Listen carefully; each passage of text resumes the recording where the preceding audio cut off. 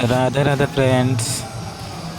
आज आसतु आपण मानक गोटे बढ़िया जगह देखी माने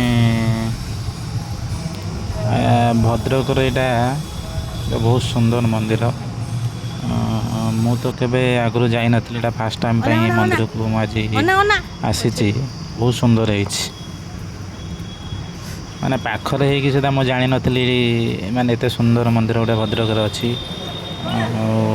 मु तो आज फास्ट टाइम पे आसली। बहुत सुंदर एते सुंदर है माने आपण मैंने थरे आसतु बारंबार आसवा को आपन इच्छा हम। आमर एठिक आसबार योजना नाला। आम एक्चुअली भद्रक आसीलु माने अन्य काम आसीलु, किंतु आम आसिक ये पहुँचीगलु।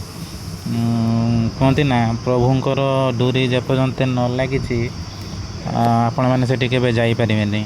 तो आम देखो आम भद्रक को अन्य कम आसलु, जानी भी नथिलु एठी एते सुंदर मंदिरटे अच्छी बोली, किंतु आम एठी आसी पहुँचीगलु। माने कौन कहते ना प्रभुंर डोरी आम उपरे थिला बोधे आम आसिक एठी पहुँचीगलु। आ एते सुंदर मंदिर देखा पाइलु।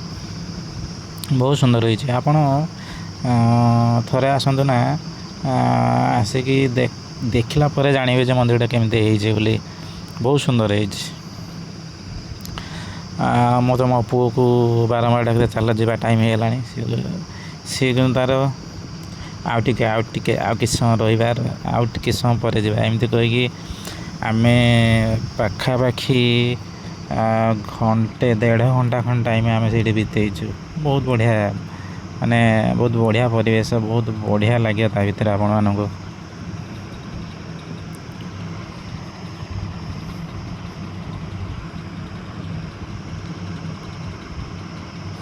यहाँ मंदिर भीतर पार्श्व सब 12टा बेले मंदिर पहड़ पड़गला। आपण मैंने निश्चित जानते कि भुवनेश्वर आमर बड़ इस्कन मंदिर अच्छी। यहाँ हूँ आमर भद्रक हूँ गोटे नुआ इस्कन मंदिर। बहुत सुंदर है मंदिर। थे बुली जातु तापर कहे केते सुंदर है बोले।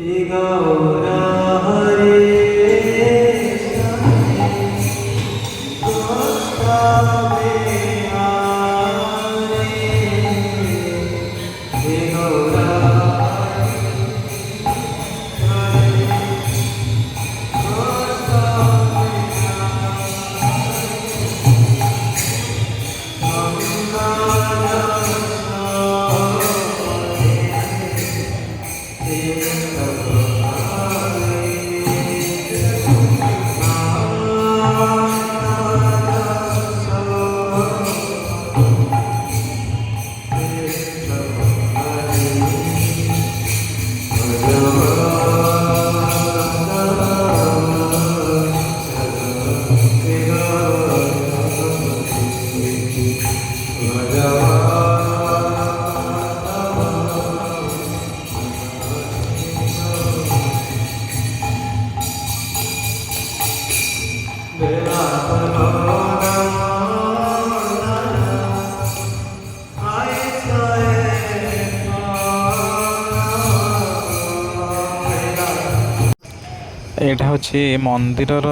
आउटर व्यू माने बाहर पटू देखु केते सुंदर है। आपण मैंने वीडियो देख किसी जानीपर कि आसिक देखु थे देखला पर जानीपर जे मंदिरटा केते सुंदर है। परिवेश आपन को केमती लगुच भी आप जानीपर।